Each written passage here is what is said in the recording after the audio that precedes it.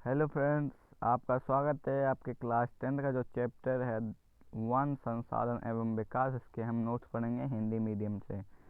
तो चलिए हम करते हैं अपने चैप्टर को स्टार्ट। पॉइंट बाय पॉइंट हम पूरा चैप्टर को क्लियर कर देंगे एक ही वीडियो में।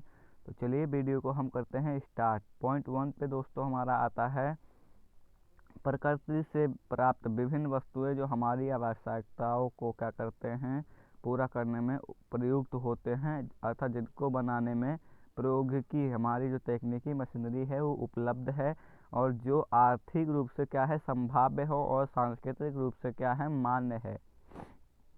जो आर्थिक रूप से संभाव्य है और सांस्कृतिक रूप से क्या है मान्य है, क्या कहलाएगा, संसाधन कहलाते हैं। ठीक है।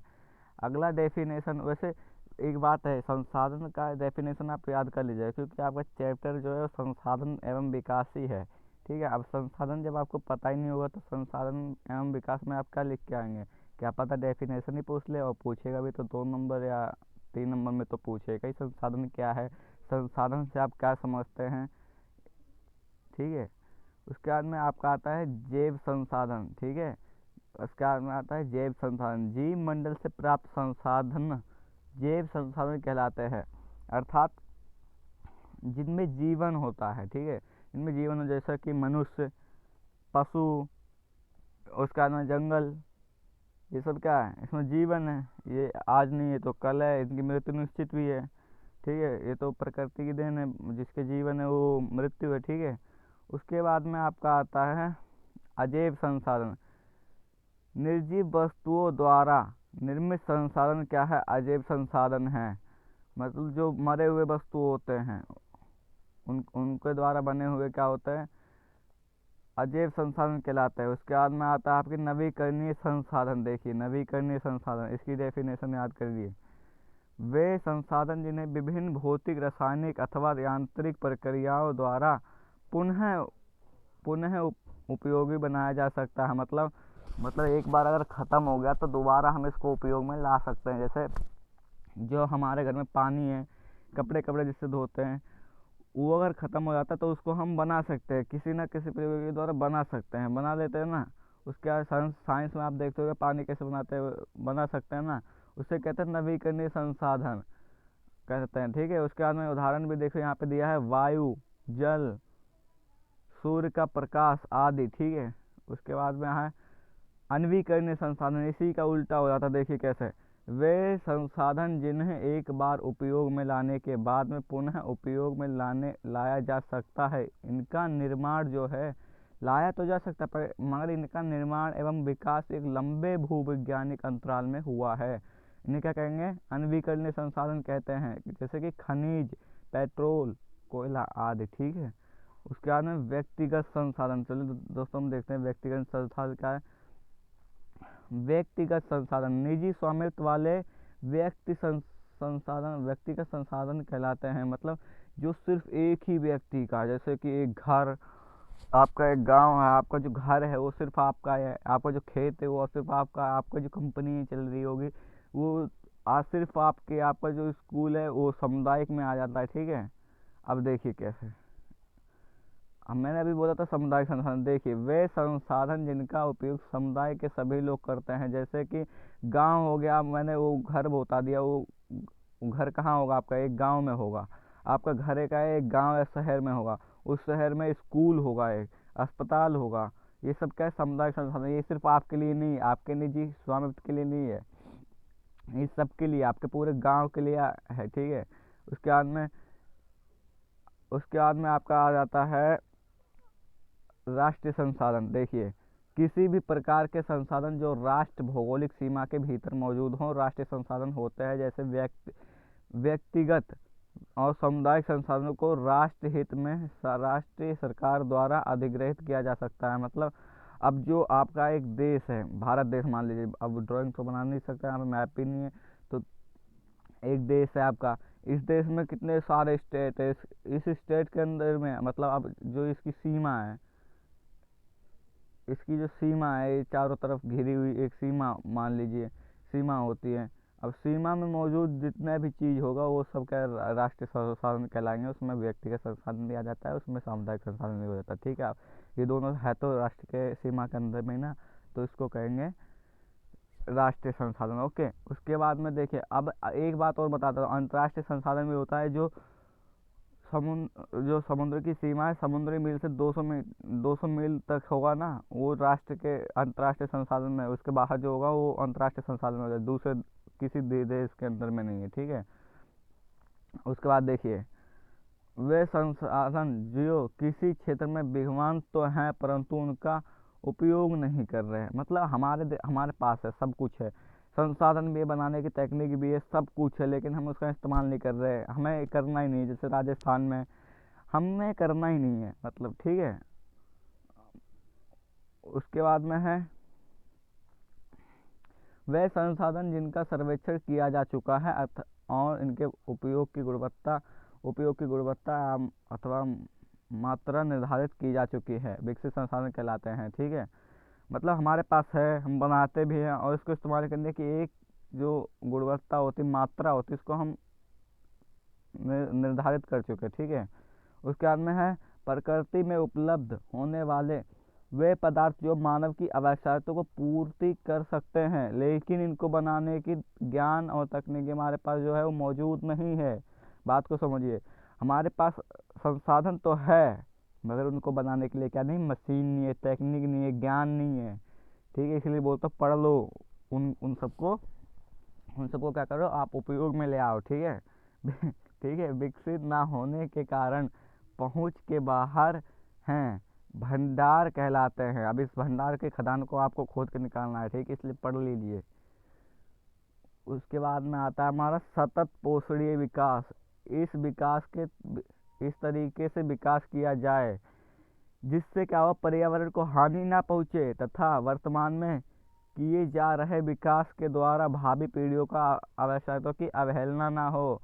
मतलब जैसे आप यहाँ पे पेट्रोल तो खाए जा रहे हैं, गाड़ी चलाए जा रहे हैं, एक दिन में खूब अच्छे से रेल देते हैं, 50-60 नहीं, 10-15 तो रेलते ही होगा कोई ना कोई। ठीक है, बहुत सारे लोग 10 लीटर तो खा ही जाते हैं पेट्रोल। ठीक है, मान लो आपकी जो पीढ़ी आएगी, बच्चे होंगे, वो क्या करेंगे, साइकिल चलाएंगे, शर्म नहीं आएगी आपको, इसलिए कम चलाया करो। इसे कहेंगे सतत पोषणीय विकास। उसके बाद में है संसाधन नियोजन, ऐसे उपाय अथवा तकनीक जिनके द्वारा संसाधनों का उचित उपयोग सुनिश्चित किया जा सके। अभी हमने यहाँ पे क्या पढ़ा था, अभी पढ़ा था हमने सतत पोषणीय विकास, अर्थात सतत पोषणीय विकास के जो उपाय होते हैं संसाधन नियोजन कहते हैं। ठीक है, उसके बाद में देखिए, संसाधन संरक्षण, संसाधनों का एक न्याय संगत अथवा योजनाबद्ध प्रयोग जिससे संसाधनों का अपव्यय ना हो। ठीक है, भूमि निम्नीकरण, संसाधनों के बारे में हो गया। भूमि निम्नीकरण के बारे में पढ़ेंगे। भूमि निम्नीकरण क्या कहलाता है, देखो, विभिन्न प्राकृतिक तथा मानवीय क्रियाकलापों द्वारा मृदा का कृषि के योग्य न रह पाना। मृदा क्या होता है, मृदा जो होती है वो भूमि की सबसे ऊपरी परत होती है जिसपे हम कृषि करते हैं। क्या करते हैं, मृदा जो होती है वो भूमि की सबसे ऊपरी परत होती है जिसपे हम क्या करते हैं, खेती करते हैं, कृषि करते हैं। ठीक है, समझ लीजिए मृदा क्या होता है। उसके बाद हम पढ़ेंगे निवल अथवा शुद्ध बोया गया क्षेत्र किसे कहते हैं। ठीक है बच्चों, निवल अथवा शुद्ध बोया गया क्षेत्र किसे कहते हैं, चलिए देखते हैं। वह क्षेत्र जहाँ एक वर्ष में एक बार या एक से अधिक बार कृषि की गई हो। एक वर्ष में एक बार या एक से अधिक कृषि की गई हो। उसके बाद कुल बोया गया क्षेत्र, देखिए, कुल बोए गए क्षेत्र। शुद्ध बोए गए क्षेत्र को प्रतिभूमि का जोड़ना कुल बोया गया क्षेत्र कहलाता है। ठीक है, प्रतिभूमि भी नीचे दिया गया है, देखिए प्रतिभूमि क्या होता है। अच्छा दोस्तों, आप अगर वीडियो में नए हैं तो वीडियो को लाइक और चैनल को सब्सक्राइब कर दीजिए। हमारे क्लास में 10th का जो नोट्स होते हैं वो तो आते हैं, 9th का और 8th का भी आता है। तो चलिए आप वीडियो को स्टार्ट कर दीजिए, अपना भाई समझ के चैनल को सब्सक्राइब कर दीजिए प्लीज़। ठीक है, उसके बाद प्रतिभूमि, वह भूखंड जिस पर कुछ समय खेती की जाती है, मतलब ऐसी ज़मीन प्लॉट, ठीक है, भूखंड को प्लॉट बोलते हैं इंग्लिश में। वह भूखंड जिस पर कुछ समय तक खेती, मतलब कुछ समय खेती की जाएगी और कुछ समय के लिए खाली छोड़ दिया जाता है, उसे क्या कहेंगे? प्रतिभूमि, ठीक है, ओके। उसके बाद बंजर भूमि हमारा आता है, बंजर भूमि वह भूखंड, भूखंड प्लॉट जिस पर कोई पैदावार नहीं होती, कोई भी कुछ भी नहीं होता, और पहाड़ी, रेतीली अथवा दलदली होती है। कुछ भी नहीं होगा और इसका होगा पहाड़ी, रेतीली और दलदली होगी, ठीक है, बंजर भूमि कहलाएगी।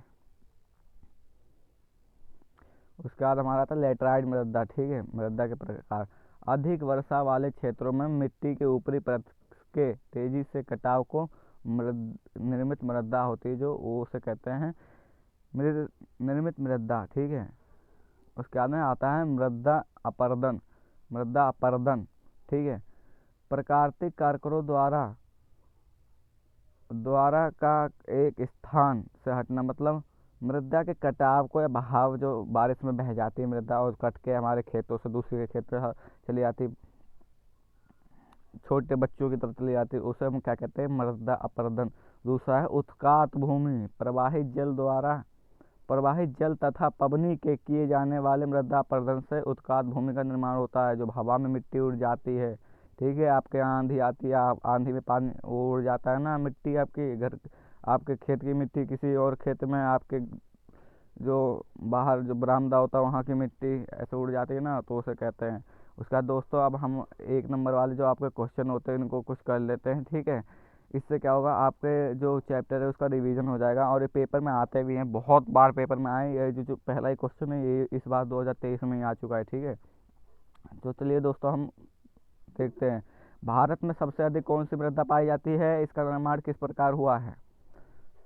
आंसर है जलोढ़ मृदा पाई जाती है, इसका निर्माण नदियों के द्वारा लाए गए अवसादों से हुआ है, ठीक है।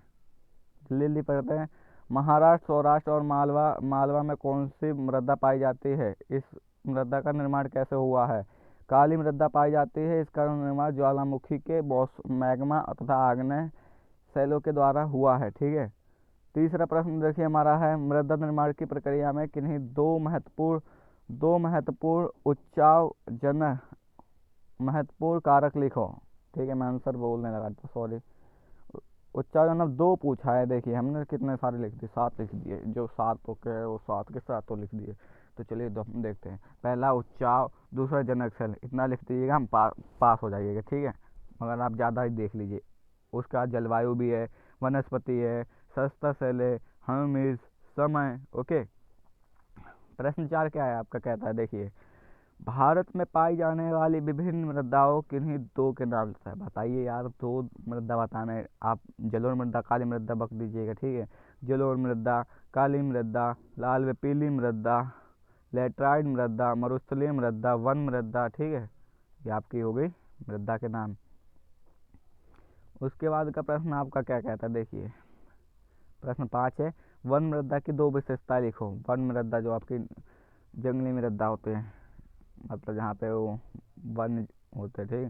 नदी घाटियों में मृदा दोमट तथा सिलवटदार, परंतु ऊपरी ढलानों पर इनका गठन मोटे कणों द्वारा होता है, ठीक है। और दूसरा है, हिमालय के हिम क्षेत्रों में ये अधिशिलिक तथा ह्यूमिस रहती हैं।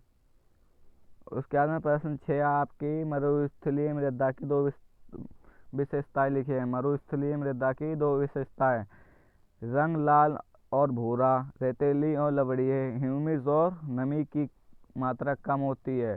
पृथ्वी सम्मेलन के बारे में लिखना है, जो आपने पढ़ा था आपके पेपर, इसको थोड़ा एनसीईआरटी उठा के देखिएगा, उसमें है एजेंडा 21, ठीक है। एजेंडा 21 क्या होता है आपका? पृथ्वी सम्मेलन 1992 का मुख्य उद्देश्य क्या था? पर्यावरण संरक्षण तथा सामाजिक आर्थिक विकास की समस्याओं का हल ढूंढना, ओके बच्चों। प्रश्न 8, एजेंडा 21 क्या है? प्रश्न 8 का उत्तर है, एक कार्यसूची है जिसका उद्देश्य क्या था?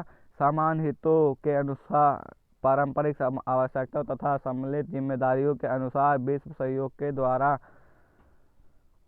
पर्यावरणीय क्षति, गरीबी तथा रोगों से निपटना, ठीक है।